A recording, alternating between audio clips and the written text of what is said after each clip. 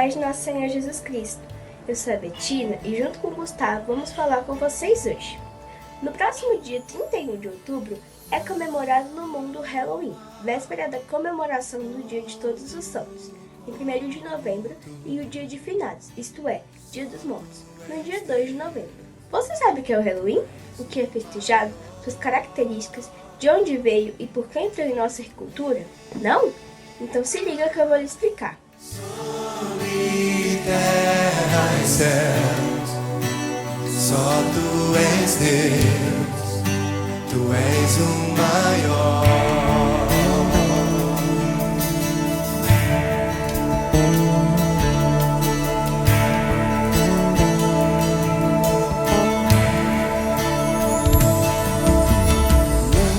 Halloween, ou Dia das Bruxas, é uma celebração popular de culto aos mortos. Acredita-se que a maioria das tradições de Halloween tenham se originado dos antigos festivais celtas chamados Samhain, ou Samhain, festividade ao sol. Os celtas foram um conjunto de povos que existiu de 600 a.C. até 600 d.C. e se espalhou por todo o continente europeu. Um dos grupos mais influentes entre os celtas eram os druidas, feiticeiros que aparecem em diversos desenhos animados e filmes infantis. A religião celta tinha forte ligação com a natureza e com a feitiçaria, pela invocação dos mortos e até promovendo sacrifícios de seres humanos em seus rituais.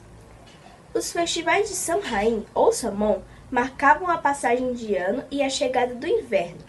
Para os celtas, o início do inverno representava a aproximação entre o mundo e o outro mundo, onde vivem os mortos. Os celtas acreditavam que no início do inverno os mortos regressavam para visitar suas casas e que assombrações surgiam para amaldiçoar seus animais e suas colheitas. Tudo o que vemos enfeitando as festas de Halloween eram formas utilizadas pelos celtas para afastar esses maus espíritos. Mas muita coisa mudou a partir do momento em que as boas novas do Evangelho de Jesus Cristo alcançaram os povos celtas. Muitos deles, quando tiveram um encontro com Cristo, renunciaram às velhas práticas de superstições de magia, de adoração a falsos deuses. Mas, infelizmente, quando os povos celtas foram cristianizados, nem todos renunciaram aos seus costumes pagãos. Essa foi uma prática recorrente entre os povos, misturar seus velhos hábitos à cultura cristã. Sabe qual é o nome disso? Sincretismo religioso. Sincretismo religioso é essa prática de misturar costumes de religiões diferentes e fazer uma verdadeira salada. Foi assim que muitas práticas religiosas pagãs se mesclaram às práticas cristãs.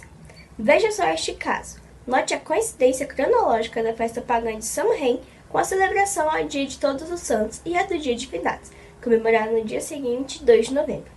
Foi assim que as crenças cristãs foram misturadas com as antigas superstições da morte. O que aconteceu foi que muitos celtas convertidos ao cristianismo não queriam deixar de celebrar suas antigas festas, e a festa de Samhain continuou a ser celebrada, só que com outro nome. Foi assim que a Igreja Católica, por volta do século V, associou-se a essa tradição pagã e adotou o dia 1º de novembro como o Dia de Todos os Santos. Por isso, o dia anterior a esse passou a ser comemorado o da véspera do Dia de Todos os Santos, que em inglês é All Hallows Eve, de onde se originou o nome Halloween, como você já deve ter notado. Por meio da chegada de alguns irlandeses nos Estados Unidos da América, introduziu-se neste país a celebração do Halloween, que se tornou parte do folclore popular do país. Incluindo a contribuição cultural de outros migrantes, introduziu-se a crença em bruxas, fantasmas, doentes, Drácula e diversos monstros. Mais tarde, essa celebração pagã foi difundida no mundo inteiro. Agora, simbologia do Halloween. Vamos lá! As cores laranja e preto. O Samhain era comemorado no início do outono, quando as folhas se tornaram laranja e os dias mais escuros. A lanterna de abóbora.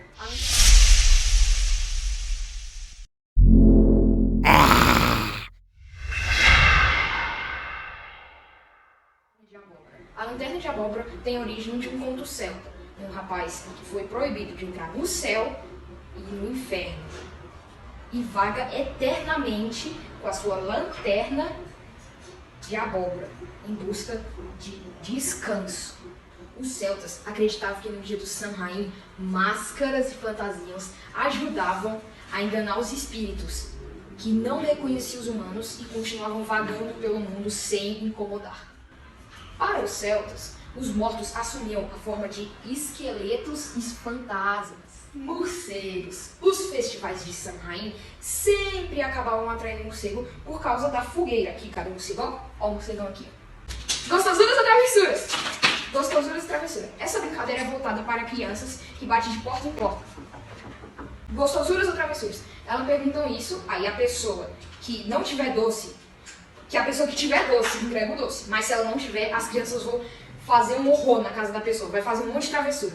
Mas nós, povo de Jesus Cristo, Filho de Deus, não comemoramos esse Dia dos Mortos aqui não. Não. Veja o que a Bíblia diz. Fala pra gente aí, bebê. No Antigo Testamento está mais do que clara a proibição do povo de Deus em se envolver com tudo que seja bruxaria, ocultismo e congêneres. Não permita que se ache alguém entre vocês que queime sacrifício seu filho ou a sua filha, que pratica adivinhação ou dedique-se à magia, ou faça presságios, ou pratique feitiçaria, ou faça encantamentos, que seja médium ou espírita, ou que consulte os mortos.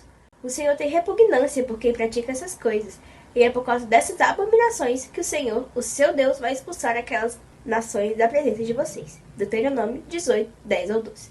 O Halloween é a versão comercializada e infantilizada da bruxaria. Se não é exatamente isso, é o que representa. Se não é o mal, é a representação do mal. As Escrituras nos ensinam: examinai tudo, retende o bem, abstende-vos de toda a aparência do mal. 1 Tessalonicenses 5, 21 a 22. Os cristãos devem celebrar o Halloween ou o Dia das Bruxas? Responda a essas perguntas e terá essa resposta. O feriado é edificante? O Halloween é puro? É adorável, louvável ou de boa reputação? Filipenses 4,18 diz: além disso, irmãos, tudo que é verdadeiro, tudo que é nobre, tudo que é justo, tudo que é puro, tudo que é amável, tudo que é de boa fama, tudo que é virtuoso e louvável, eis que pode ocupar vossos pensamentos. Halloween é baseado em temas piedosos, como a paz, liberdade e salvação. Ou trazamento sentimentos de medo, obsessão e servidão? Já tem a resposta, não é? Quer comemorar alguma coisa? Temos algo muito importante para comemorar no dia 31 de outubro, Reforma Protestante. Quer saber o grande valor dela para nós? Esta é a história de Martinho Lutero. Ele viveu muitas experiências e aventuras. Ele foi sequestrado por cavaleiros armados para viver disfarçado num castelo. E ajudou algumas freiras a fugir do convento, escondendo elas em barris. Mas quando jovem, vivia atormentado por um profundo sentimento de que não estava bem com Deus. Certa vez, numa tempestade, um raio quase o atingiu. Achou que ia morrer. Ele gritou pedindo ajuda a um santo, dizendo sem pensar muito: "Me salve que eu viro um monge." Ele sobreviveu. Assim, cumprindo a sua palavra, ele desistiu dos estudos para advogado e virou monge.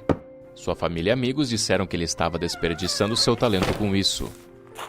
No mosteiro, ele começou a ler a Bíblia. Ele descobriu que eram a misericórdia e o amor de Deus tudo o que necessitava para estar bem com Deus. Pela primeira vez na vida, ele encontrou uma profunda paz com Deus.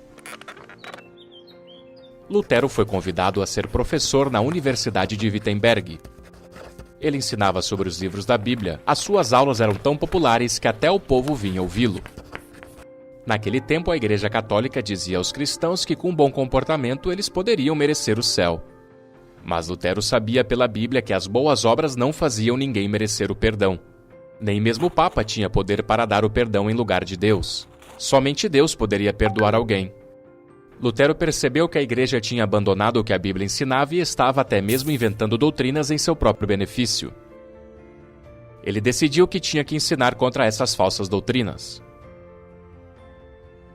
Ele tornou públicas as suas reclamações, afixou suas teses num lugar onde importantes documentos eram expostos à porta da igreja do castelo.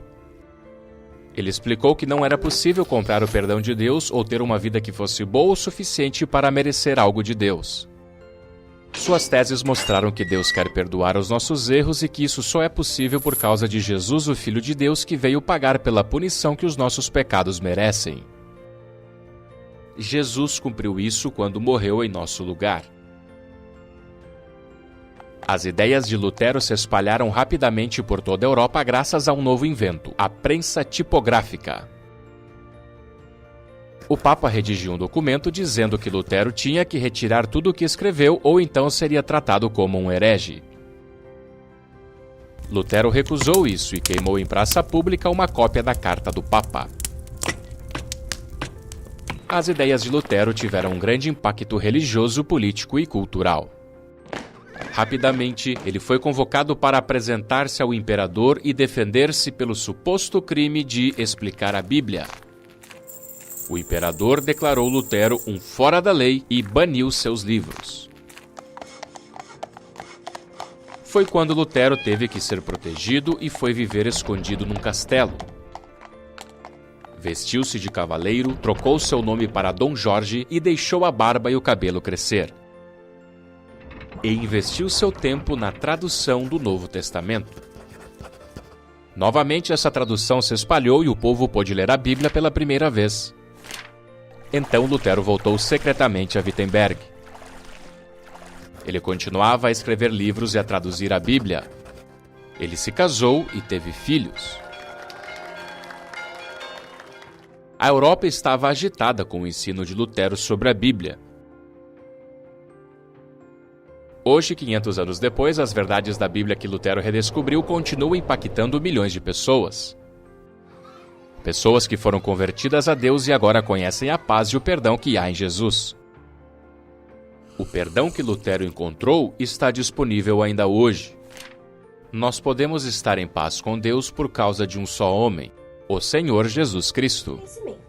Vamos fazer uma oração. Feche seus olhos.